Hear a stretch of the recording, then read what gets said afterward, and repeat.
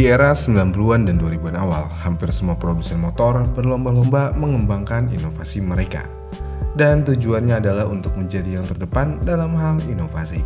Karena kalau semakin banyak inovasinya, maka motor tersebut akan semakin digemari oleh pasar. Honda di era 90-an berhasil membuat motor yang fenomenal, salah satunya Honda NSR, Yamaha pun juga begitu. Dan yang pasti Suzuki juga tidak ketinggalan perang inovasi di era ini. Bahkan bisa dibilang Suzuki terlalu maju untuk di era ini, yang mana Suzuki berhasil membuat motor-motor yang sangat spektakuler. Misalnya Suzuki Hayabusa. Siapa yang tidak tahu motor ini? Motor ini benar-benar hasil dari inovasi Suzuki yang sangat luar biasa.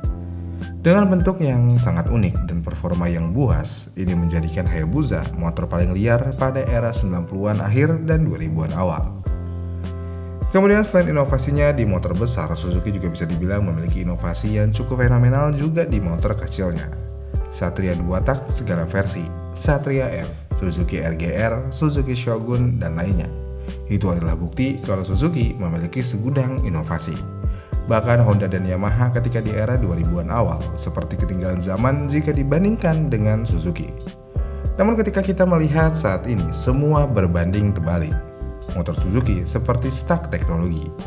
Di big bike-nya, misalnya Hayabusa, motornya masih memiliki tampang yang begitu. Teknologinya masih mirip dengan yang 10 tahun lalu. GSX pun juga begitu, hampir sama aja dalam beberapa tahun terakhir. Kemudian kalau kita lihat motor kecilnya, Satria F dari dulu sampai sekarang ya gitu-gitu aja. Suzuki Next2 udah kayak motor Honda Beat tahun 2015 teknologinya, padahal ini motor baru. Avenis, nggak usah ditanya ini motor, kacau banget. Burgman 125, ini motor baru udah kayak motor jadul karena memiliki teknologi yang terkesan udah jadul juga. Jika kita lihat lagi, saat ini Suzuki seperti ketinggalan dalam hal apapun. Kasarnya, motor Suzuki seperti selalu ketinggalan zaman. Namun kenapa hal ini bisa terjadi? Dari yang punya segudang inovasi, jadi produsen paling ketinggalan zaman. Kita lihat posisi Suzuki saat ini di pasar Indonesia terlebih dahulu. Suzuki saat ini hanya menjadi pemain kecil aja di pasar Indonesia, yang mana menurut data AIC di tahun 2023, Suzuki hanya berhasil menjual sebanyak 12.545 unit motor aja. Yang berarti Suzuki hanya memiliki pangsa pasar di 0,2% aja. Ya, ini kecil banget. Honda punya 70%, Yamaha 20%, Suzuki cuma 0,2%. 1% aja nggak sampai. Namun kenapa Suzuki hanya bisa mendapatkan pangsa pasar yang sangat kecil? Ya karena motor Suzuki sama sekali tidak menarik untuk pasar Indonesia. Namun kenapa motor Suzuki tidak menarik untuk pasar Indonesia? Jawabannya untuk saat ini Suzuki tidak memiliki fokus lebih di Indonesia. Karena mau bagaimanapun fokus utama Suzuki ada di pasar India. Dan ya, R&D Suzuki terletak di India. Yang berarti Indonesia biasanya hanya akan mendapatkan motor Suzuki secara CBU dari India. Makanya gak heran kalau motornya bukan selera Indonesia khususnya untuk desain. Namun selain desain, motor Suzuki juga dinilai sangat ketinggalan zaman di bagian lainnya oleh kebanyakan orang. Sebagai contoh, Suzuki Next2. Ini motor seperti menjadi gambaran betapa Suzuki sangat ketinggalan zaman.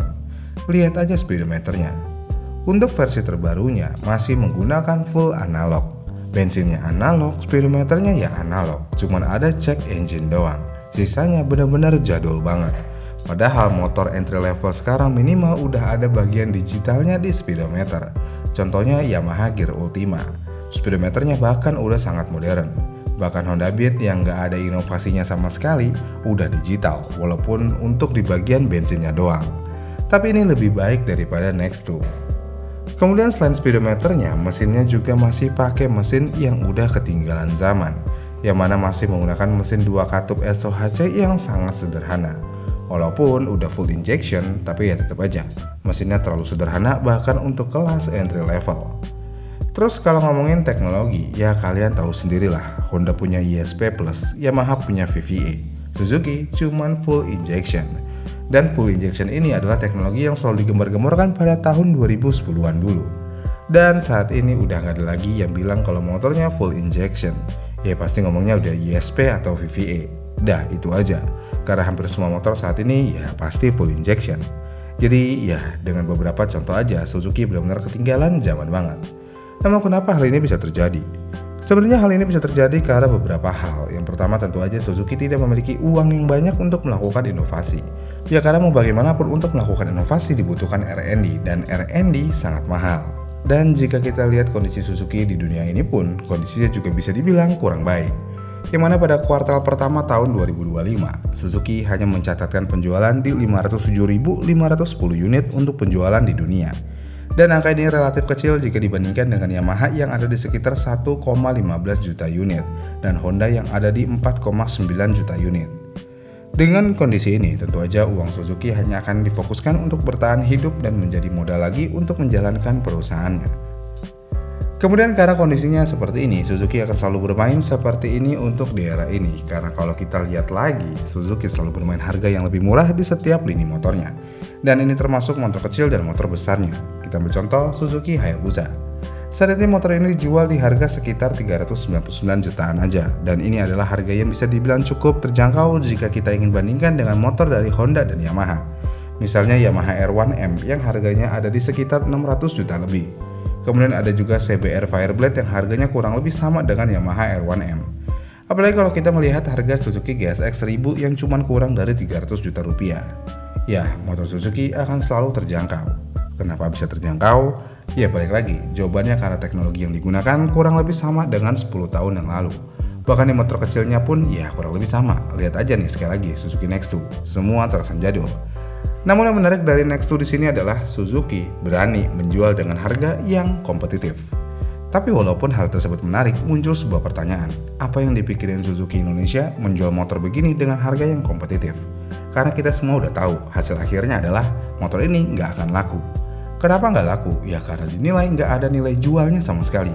Bahkan motor ini bisa dikatakan lebih jadul daripada Honda Beat yang notabene adalah motor basic. Jadi ya Suzuki memang terlihat ketinggalan zaman saat ini. Bahkan kalau kalian lihat semua jajaran motornya, semuanya seperti memang motor jadul. Dan yang memang itulah Suzuki, tidak bisa berinovasi karena mereka punya banyak keterbatasan dana. Namun ini bukan berarti Suzuki itu buruk R&D-nya, karena ketika Suzuki dikasih uang yang cukup untuk melakukan riset, hasilnya adalah mereka bisa membuat motor yang bisa dibilang cukup sempurna, seperti motor Suzuki di MotoGP. Motor ini masih menggunakan inline 4, tanpa aero yang berlebihan. Motor Suzuki bisa sangat kompetitif dan menjadi juara. Itulah Suzuki yang asli, suka berinovasi dengan keterbatasan yang ada. Namun jika keterbatasannya terlalu banyak, inilah yang terjadi. Semua seperti stuck teknologi. Makanya gak heran penjualan Suzuki terus merosot atau stagnan. Karena siapa yang mau beli motor baru tapi terkesan jadul? Kalau emang mesinnya belum ada teknologi yang gimana-gimana, ya minimal hal lainnya dibikin modern.